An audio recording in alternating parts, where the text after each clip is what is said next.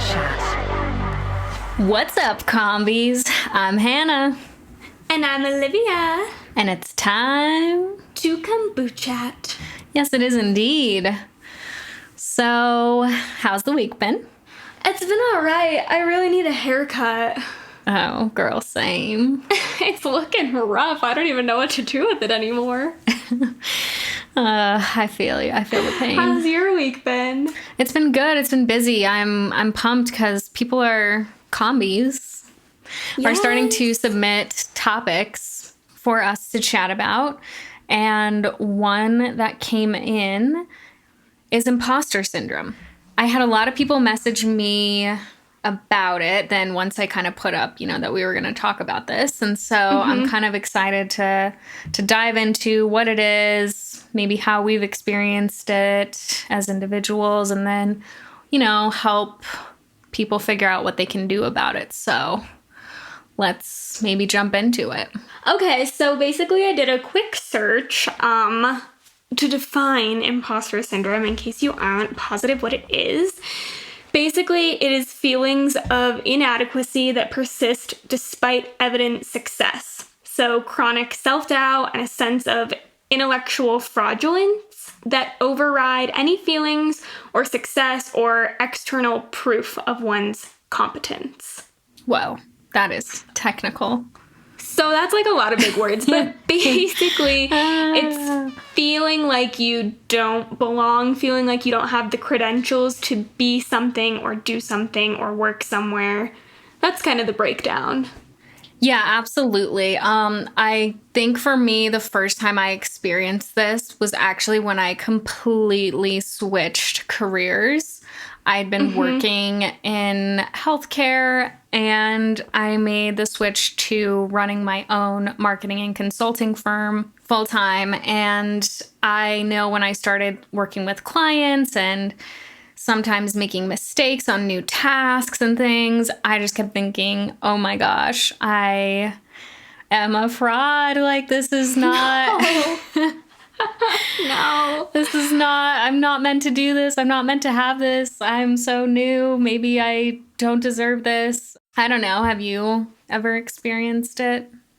Oh, 100%. Yeah, I think most recently I took an acting class virtually. Okay. And even though I have a literal bachelor's degree in theater arts, I showed up to this class and I was nervous out of my mind. Really? Yeah, it was with a pretty prestigious acting school in LA, and I was like, oh my gosh, like, what if I'm not at the caliber of professionalism that all of these people are? I'm so nervous. And then I just jumped into the class, and I was like, oh, okay, I got this. I do belong here. I'm ready. All right, so it was kind of a kind of before you actually even started the program. Oh, yeah, it was when I was in the Zoom waiting room. Oh, wow. Okay. Interesting. And I was like, I'm scared. I've definitely felt it with work, too. Like, anytime I start a new job, I'm always a little bit nervous. Like, am I what they're looking for? Am I qualified enough? Which is a little bit silly because, like, they hired me. So I definitely have felt it in the acting space and in the workspace. Yeah, I've definitely felt it professionally often. I know a lot of my friends in tech, because I do some consulting in that realm, mentioned that it's very common for them because sometimes things just get so hyper focused in that industry that you do just start to feel like, I don't know if I'm supposed to be doing this. So I thought that was interesting. I think it's important to touch on ways that this can manifest for someone.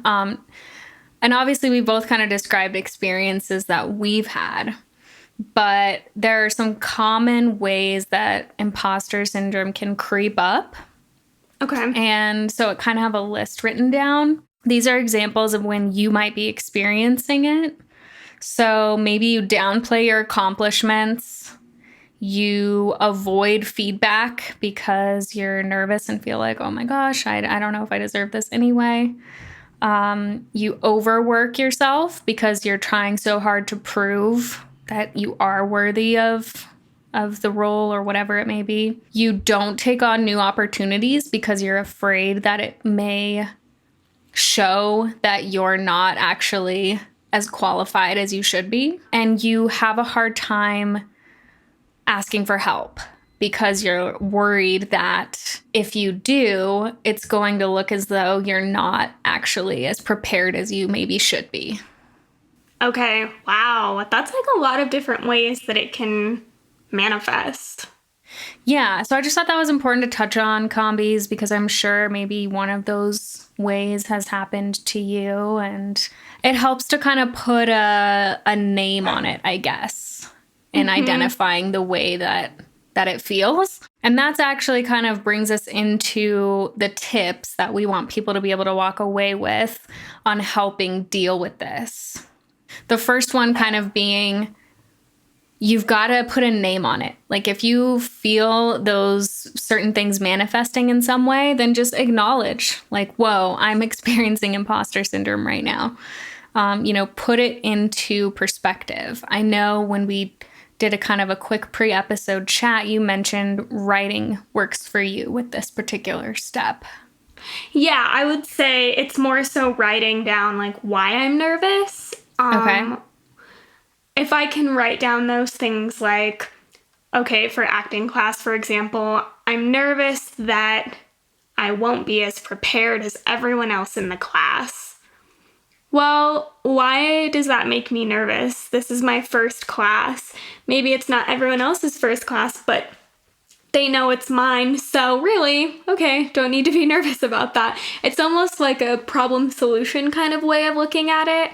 And just getting it down out of my mind onto like a sheet of paper just helps me deal with it and be like, oh, okay, this is why.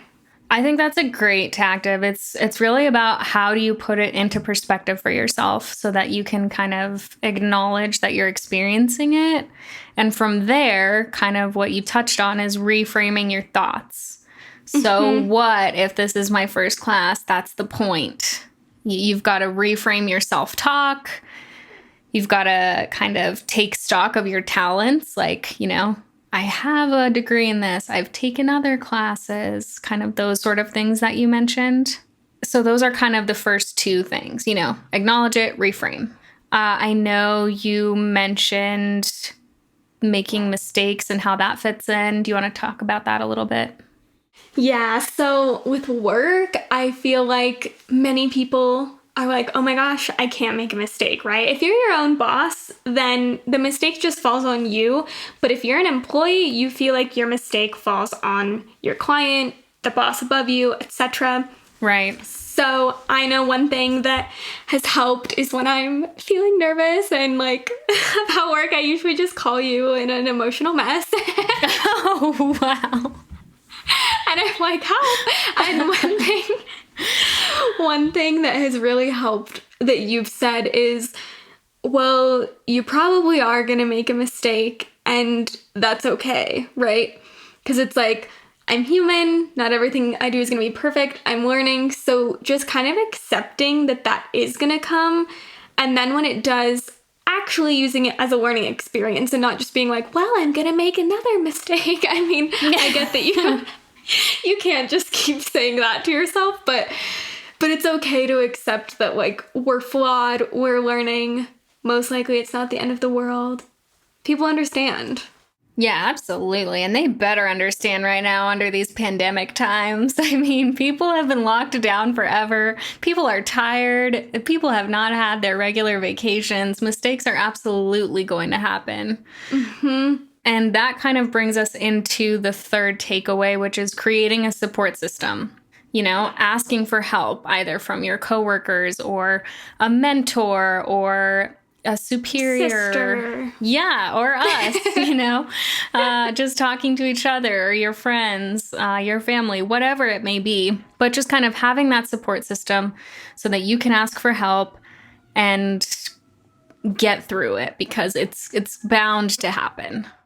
And personal anecdote real quick, I did have an experience where I made a mistake at work not long ago, and I talked to my supervisor, and he was like, hey, how was this day for you? Was it kind of overwhelming? And I was like, hey, it was. And he was like, I thought so. Let's fix that. And I was like, that's so great. You know, it was really awesome that he brought it up with me because it made me feel comfortable to have that talk.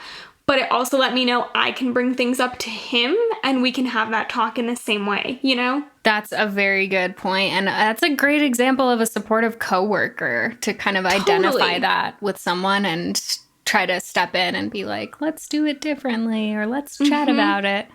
That's a good feeling. The fourth thing that I want to touch on is taking breaks. It's so important and, I don't know, underutilized. Like, if you're starting to feel like overwhelmed and as though you're not worthy of a role or position or nice things, whatever it is, however imposter syndrome is affecting you, just step back and maybe this is where we talk about pump-up songs. Oh, yes. Step back, mute the meeting, excuse yourself, and get ready to blast a jam that will make you feel confident.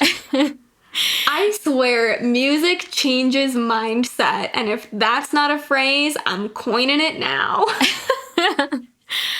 Yeah, I completely agree, actually. I have a pump-up song. It's Lights by Ellie Goulding. Amazing. I'm not even necessarily a huge pop fan, or I'm not like a stan of hers by any means. I don't know why that song hit me at a time in my life when I just needed a pump-up song, but it did. Oh my gosh. And it's been my pump-up jam for, oh my gosh, like 8 or 9 years. No joke. That's amazing. What's yours? Well, wait, first with that song, I tried out for cheer to that song. It was our audition song. So I forgot about it. So it's stressful for you? It's a little stressful for me, but I'm glad you like it. I mentioned mine in one of the sweet and spicy rounds. It's that Haim song. Mm-hmm. Wait, what's it called? I don't know, because I just always think of that Savage Garden Chicka Cherry Cola song. Chicka Cherry Cola. I really like the steps by them right now, too. Oh, Now I'm in It. That's what it's called. Now I'm in It. Now I'm in it. Okay. Yeah, that's mine. But sometimes it'll change up. You know, if I'm about to go into an acting class, then sometimes I'll do something that's like from La La Land or something like that. You know, I think you can cater it to specific moments, but that Haim song's definitely my go-to. Okay, so last thing, takeaway here, celebrating accomplishments. So important. Definitely, and especially right now with just so much going on and there being, I don't know, less opportunity to celebrate with friends and coworkers and that kind of thing. Mm-hmm. You know, if you're accomplishing some sort of goal or something with work, big or small, I really think taking that time to acknowledge it and celebrate it is helpful and will kind of help you realize, you know what? I did do this. I am not an imposter. Yeah. I am fully capable. Among us, yes. So I just think celebrating is really helpful. Okay, so like, what are some ways we could celebrate? Say normally I'd like to go out to dinner with my friends or something like that, you know? We should give a couple examples of like small celebrations versus big. Well, if you listen to our episode on throwing a fabulous Zoom party, I think that would be a very fun way to celebrate. One example. Definitely. Love that.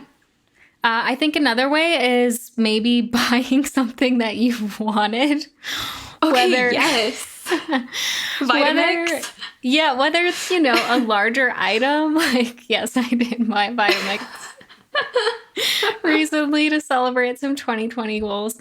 Or it's, I don't know, getting some ice cream for the weekend or whatever. Yes, love. Getting your nails done, doing some self-care and celebration. Ooh, yes, we love that. Yeah, there's a lot of different ways that you can do it. Well, that's really it. I mean, I think, we've covered a lot here. If anybody has any questions or if you've experienced imposter syndrome and you want to share it with us, we especially want to hear from you on pump up songs. We'll be posting something for that on the gram for sure. But yeah, hit us up. And know that you are not alone. Okay, it's time for our sweet and spicy round. Notice I've taken the rapid fire out. I had that in previous episodes, and we never really were doing rapid fire because we like to talk. So I love hearing us. So we're going forward with the sweet and spicy round. I dig it. I really do. So how do we want to roll with this today? Okay, I'll ask you, sweet or spicy? I think today I'll go for a sweet. What are 3 items you always keep in your fridge? Ooh, such a good one. Kombucha. Amen, girl. I am a big barbecue sauce fan. Okay, love. I put that on everything. Meats, fake meats, Burritos. mac and cheese, burritos, eggs. I was doing a whole barbecue eggs segment on the gram for a while. People Unsurprising. were cracking up. Yeah, so there's 2 out of 3. Okay. Lemons. Whoa. They're just so good for so many things. You can squeeze them on, I don't know, just so many items, and it gives it gives a little extra. You could grate and you get some zest, so some extra little flavor. I'm always putting them in water and smoothies for a little citrus bit. You can use them to clean things. So they're they're really handy. Versatile fruit. You want to answer that, or you want a different question? No, give me a different one. Okay, sweet or spicy? Ooh, I guess I can go spicy. Okay. Well, now I'm scared. Read us the last text you sent in your phone. Will it be to me? Question number 1. Okay. No, it's not. It's to my boss. OMGG, so adorable, seriously, ! Because he just got a new puppy and I asked him to send me pictures of it. Oh, what kind of dog? I don't know. It's a long-haired something, but he's tiny. He already has a dog, and now he has a little puppy brother, and so he's adorable. He's really small. It's probably will grow to be 11 pounds or something. Cute. Yeah, so cute. So yeah, I guess that wasn't too spicy. Not too spicy today. Yeah, you got out of that one. my amours.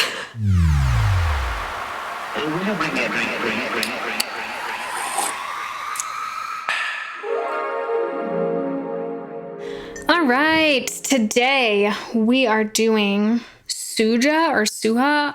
I'm not actually sure. I've always said Suja. Yeah, the website's not really clear. So, Suja Organic. We've got strawberry rhubarb for sampling. Wow, I've never heard of that in a drink. Yeah, I guess I haven't either, now that you say that. So let's talk packaging. One of my favorite things to discuss. So clear bottle, pink and reddish packaging, so supporting that strawberry rhubarb feel. Suja's got a lot of white, clean lines. So, on a shelf, this looks nice. It looks inviting. It says right off the bat, supports immune health. So that's interesting how they're pushing that marketing claim there. Let me just read you a little on the bottle. Making great kombucha is like making great anything. Start with purpose and use only the best ingredients. That's why we take months to slow brew our exceptional cultures before adding inspiring blends of our organic cold-pressed juices for a refreshment that revives. In this bottle, the classic combination of sweet strawberry and tangy rhubarb tops any day with a treat. Cheers to your long, beautiful life. Wow. Thank you. So that's cute. 12% juice in this one. Serving size is 8 ounces, which is actually 2 per container. This is Oh, wow. almost a 16 ounce, 15.2. And we're looking total sugars is actually on the low end, but you got to keep in mind that there are 2 in the bottle. So 7 grams. So that's putting the total at 14 for this. So actually comes out to be about, average-ish. If you're looking whole bottle, 12 of that is added. So something to keep in mind there. Other things that I found on the website about them, their kind of tagline is, we really, really love plants. We're constantly in search of the most interesting, delicious, nutritious plants we can find and cold press them to extract all of the nutrients and then bottle them up. I like plants too. Yeah. I actually first had this brand in college. On campus, there was this big yoga wellness event that took place. Okay. And they came and set up a tent and were giving out bottles of kombucha. So yeah, I first had this brand from there. I really don't remember. I don't remember what flavor or anything, but... Okay. All right, let's open up. Watch as she carefully takes the lid off. Can you narrate all the boring things in my life? Yes. Can you pay me? Classic. Strawberry rhubarb. That's a type of pie, isn't it? It is. Yeah. So that's kind of interesting for flavor profile. I smell that sweet strawberry right off the bat. Whoa. Like strawberry preserves. Yeah, like jam. Mm-hmm. Totally. Actually, a really great scent on this one if you like strawberry. So let's talk color and consistency. Murky. Yeah, there's some sediment in this. For sure. It's a light pink red, I don't know, so that strawberry feel. Darker than like a strawberry lemonade for sure, but not as dark as a smoothie. Yeah, perfect description. So I worked at Dairy Queen in high school. Yeah. And when you, the type of strawberry topping you would put on a sundae? The sauce? Yes, the saucy kind. Yeah, that red. I feel like I'm drinking that sauce. How does that feel? I mean, is that a good thing? Is that a bad thing? Is that just kind of it is what it is? I don't know what it is. How many added grams? A majority, so I think it's 12 out of 16, maybe? It tastes really sugary. It does. It does. If you're in the mood for a really sweet kombucha, I would say this is it. Definitely sweet. This has got the sweet sugar. I mean, strawberry rhubarb is a type of pie, so if you're looking for that in a glass, that is this. It is accurate. Like pie filling. Personally, I would have a hard time drinking this whole bottle just because I'm not a big sugar person. Samesies. I'm really particular about sweets and sweetness, and this is just a little too over the top sugary for me. But if you're someone who really likes that, it's good. It's a good taste. Yeah. And just this little bit I like and would drink, and it's good, but same, I couldn't finish a serving. I'd be interested to try some of their spicier, more plant-based ones. I think this would be really good if you made a root beer float, but you made it with this. Oh my gosh. Taking it back to DQ, folks. It feels like an ice cream topping. It feels very desserty, I guess, is where I'm going with this. Yeah, I could see that. Like a dessert kombucha. What do you rank? I would probably give this a 2. Okay. It's a good flavor, but I would not buy it again for myself.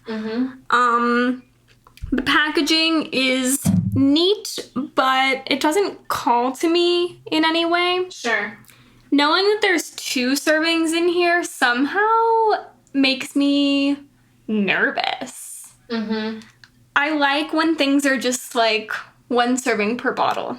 I would agree with that. I like that too because so many people pick up the label and then they don't necessarily look at that and then they're over consuming on things that they weren't initially planning on. So I do like when companies are transparent, especially in sugar content. And when it's something easy like this where you drink a bottle and it is what it is. This isn't a bag of chips or cookies or something where it's the serving size could vary or whatever. Yeah.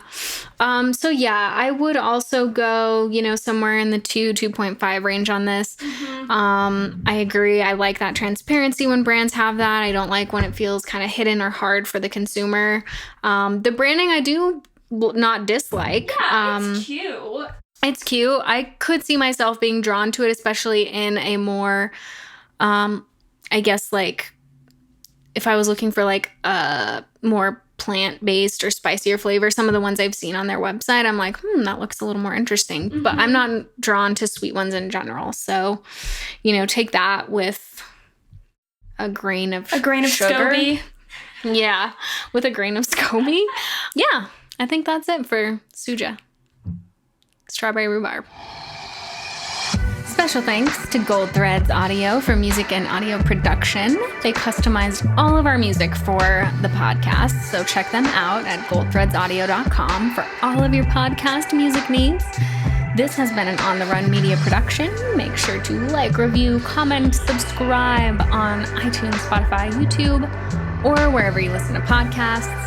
Let us know your favorite part of the episode in the comments and on Instagram. I'm at Blonde on the Run. I'm at Olivia. We'll see you next time, combies. Bye!